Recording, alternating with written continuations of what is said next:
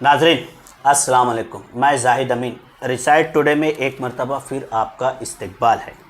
Recite today का ख़ास programme बासलाहियत Malegaon, मेरा अज़्म मेरी पहचान। नाज़रीन, हमने देखा गुज़िश्ता दिनों 12वीं का रिज़ल्ट लगा है और इस ताल्लुक़ से लोग जो है अलग अलग फील्ड को चुनने में, इंतखाब करने में परेशान है। रिसाइट टुडे टीम हमेशा ये कोशिश की है कि आवाम का और तलबा का, हर किसी का किसी ना किसी ज़रिए से फ़ायदा हो। तो आज हमारे सामने एक ऐसी शख्सियत है जिन्होंने तलबा के लिए नई फील्ड हमारे सामने पेश की और हम चाहते हैं कि वो फील्ड नाज़रीन के सामने पेश हो ताकि वो भी इस फील्ड में आकर बाइज़्ज़त तौर पर बावकार तरीके से अपनी रोज़ी रोटी को कमा सकें।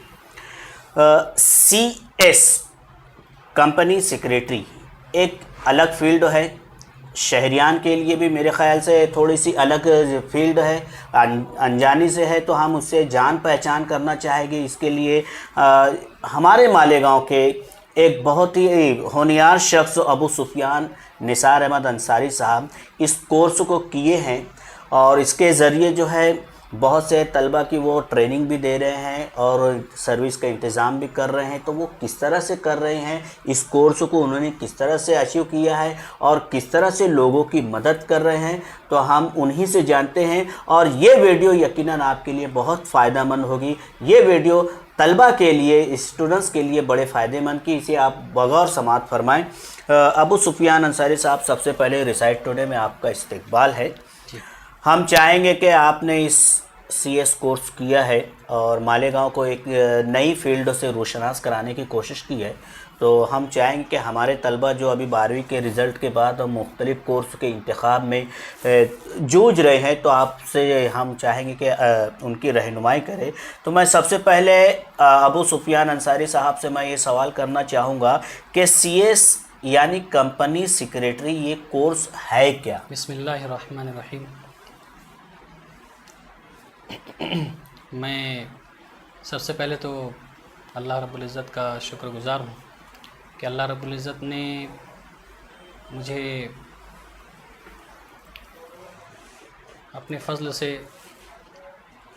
इस कोर्स को करने की, उसके बाद उसको मुकम्मल करने की और आप लोगों तक पहुँचने की जो तो अल्लाह ने मुझे तौफ़ीक दी और मेरे लिए राहें आसान की।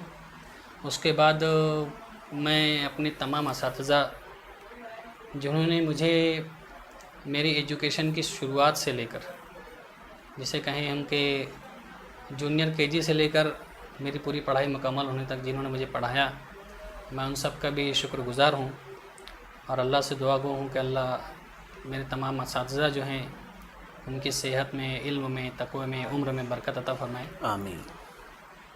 मैं अपने माँ बाप का भी शुक्रगुज़ार हूँ और इसी तरह मैं रिसाइट टुडे का भी शुक्रगुज़ार हूँ कि उन्होंने मुझ नाचीज़ को अपने शो में बुलाया और मुझे इज़्ज़त बख्शी। असल में कंपनी सेक्रेटरी जो कोर्स है, इसके ताल्लुक़ से सबसे पहले तो मैं ये कहना चाहूँगा कि ये कोर्स एक प्रोफेशनल कोर्स कहलाता है। इस वक्त जो है प्रोफेशनल कोर्स का कई सारे हैं, लेकिन कुछ कोर्सेस ऐसे हैं जो मिलते जुलते हैं एक दूसरे से।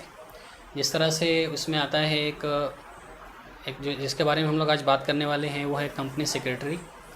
उसी तरह एक आता है चार्टर्ड अकाउंटेंट और इसी तरह एक और कोर्स है जिसे कहते हैं cost and management accountant, CMA उसे कहा जाता है शॉर्ट में। ये 3 कोर्सेस हैं जो कि प्रोफेशनल कोर्सेज़ कहलाते हैं।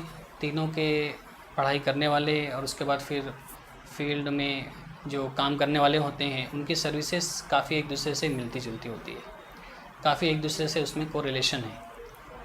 तो ये कोर्स के ज़रिए से गवर्नमेंट ने जो बड़े पैमाने पर बिज़नेस करने वाली कंपनीज़ होती हैं, जिन्हें कहा जाता है प्राइवेट लिमिटेड या पब्लिक लिमिटेड, और इन्हीं प्राइवेट और पब्लिक लिमिटेड में पब्लिक लिमिटेड कंपनीज़ होती हैं जिनका बिज़नेस थोड़ा सा ज़्यादा और बड़े पैमाने पर बढ़ जाता है, तो वो अपने शेयर्स को लिस्ट कराते हैं स्टॉक एक्सचेंजेस पर। तो स्टॉक एक्सचेंज पर जब वो शेयर लिस्ट कराते हैं तो कोई उसे बॉम्बे स्टॉक एक्सचेंज पे करता है, कोई नेशनल लेवल पर करता है। नेशनल स्टॉक एक्सचेंज पर करता है। तो दोनों ही नेशनल लेवल के स्टॉक एक्सचेंजेस हैं। तो इस बड़े पैमाने पर जब कंपनी के काम होते हैं तो उसमें ज़रूरत होती है कि कंपनी के जो कंप्लाइंसेस होते हैं, कंपनी को, गवर्नमेंट को बहुत सारी चीज़ें अपनी मालूमात फराहम करनी होती है ना। कभी 6 महीने पर हमने रिटर्न फाइल करना होता है, साल में एक दफ़ा इनकम टैक्स रिटर्न फाइल करना होता है। तो ये सारी जो चीज़ें होती है और गवर्नमेंट की तरफ से कुछ कंडीशंस हैं कि हर कुछ दिनों पर, कुछ वक्त के गुजरने के बाद कंपनी जो है वो उस अपने बोर्ड ऑफ डायरेक्टर्स के साथ मिलकर जो है मीटिंग ले और उसकी प्रोग्रेस और फ्यूचर प्लानिंग इसके ताल्लुक से उसमें बात हो और वो रिकॉर्ड पर आए। और ये एक रजिस्टर्ड अदारा होने की वजह से सारी चीज़ें गवर्नमेंट के रूल के हिसाब से चलती है, जो कि कॉर्पोरेट लॉज बहुत सारे हैं जो कंपनीज़ को एप्लीकेबल होते हैं। उसमें से एक लॉ जो है जो बेसिक कंपनीज़ को एप्लीकेबल होता है वो कहलाता है कंपनीज़ एक्ट, जो कि इस वक्त में अभी नया जो एक्ट है वो है कंपनीज़ एक्ट 2013। इससे पहले एक एक्ट था कंपनीज़ एक्ट 1956। तो अभी गवर्नमेंट ने उसे वापस से अमेंड करके उसे कंपनीज़ एक्ट 2013 किया। और ये एक्ट ये बहुत बुनियादी एक्ट है। इसकी बेसिस पर इसी के प्रोविजंस, इसके रूल्स और नोटिफिकेशन की बुनियाद पर कंपनीज़ के बहुत सारे काम होते हैं। कंपनी बनाई जाती है, फिर उसके बोर्ड की कितना होना चाहिए, मेंबर्स कितने होने, सारे उसकी जो डिटेल्स होती है उसमें दी होती है। तो असल में कंपनी सेक्रेटरी का जो काम होता है वो इसके रजिस्ट्रेशन से शुरू होता है और इसके चलने तक और इसके कंपनी के बढ़ने तक और गवर्नमेंट एक लेवल पर जाने के बाद गवर्नमेंट को रिपोर्टिंग करने तक, और फिर यहाँ तक कि कंपनी को किस तरह से क्लोज़ होना चाहिए, किस तरह से कंपनी कोई बंद की जावे, तो इसकी भी रहनुमाई उसे कंपनीज़ एक्ट से ही लेनी होती है कंपनी को। और इसके ताल्लुक से जो पूरी इन्फॉर्मेशन होती है, जो एक एक्सपर्ट पर्सन होता है वो कंपनी सेक्रेटरी कहलाता है। ये सारे काम जो है कंपनी सेक्रेटरी करता है। ये एक मुख्तसर में मैंने आपको उसका एक तारुफ बताया कि कंपनी सेक्रेटरी है क्या, क्या करता है वो। तो आपने देखा कि एक CS यानी कंपनी सेक्रेटरी कोर्स क्या होता है। तो आइए इस कोर्स में दाखला किस तरह से किया जाता है या एडमिशन किस तरह से है, इसके प्रोसेस क्या है।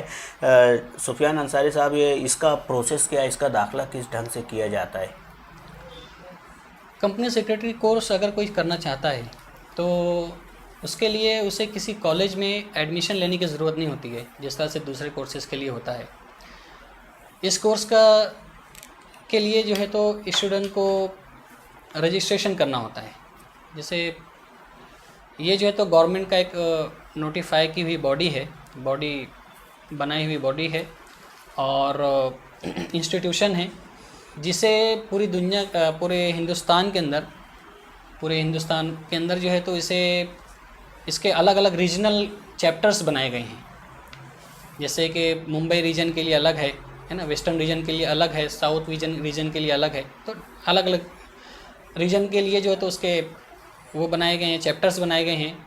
और उसमें जो है तो अगर बड़े जो उसके शहर हैं, है ना, जैसे महाराष्ट्र के अंदर जो है, महाराष्ट्र का बड़ा शहर, जो बड़े शहर हैं, है ना, उसमें इसके चैप्टर्स कहलाते हैं, वहाँ पर उनकी बुनियाद रखी गई है। और कोई स्टूडेंट अगर बॉम्बे का रहने वाला हो, वो चाहता है कि ये कोर्स को करे, तो मुंबई के अंदर उसकी जो ऑफ़िस बनाई गई है जिसे चैप्टर कहते हैं, वो वहाँ पर जाकर एडमिशन के लिए जो मालूमात लेवे। और पहले तो फ़िज़िकल जब एडमिशन होता था तो फ़िज़िकल फॉर्म होता था और उसको फिल करना और डॉक्यूमेंट्स अटैच करके एप्लीकेशन करना होता था। लेकिन अभी कुछ दिनों से अल्हम्दुलिल्लाह सारी चीज़ें धीरे धीरे करके डिजिटलाइज होते जा रही हैं। तो अब एप्लीकेशन और एडमिशन का सारा प्रोसेस जो है वो ऑनलाइन हो गया है। तो अब हमें किसी चैप्टर में किसी ऑफिस पर जाके इंस्टीट्यूट की अप्रोच नहीं करना होता है, बल्कि हम ऑनलाइन ही अपना एप्लीकेशन फॉर्म फिल करके, और उस वक्त में हमें सिलेक्ट करना होता है कि आप कौन से चैप्टर से जुड़कर ये स्टडी आपकी पूरी करना चाहते हैं। तो हमें वो चैप्टर के सिलेक्ट करना होता है रीजन, चाहे वो मुंबई हो। मैं पूछना चाहूँगा, चैप्टर से मुराद जो है कोई इलाका है?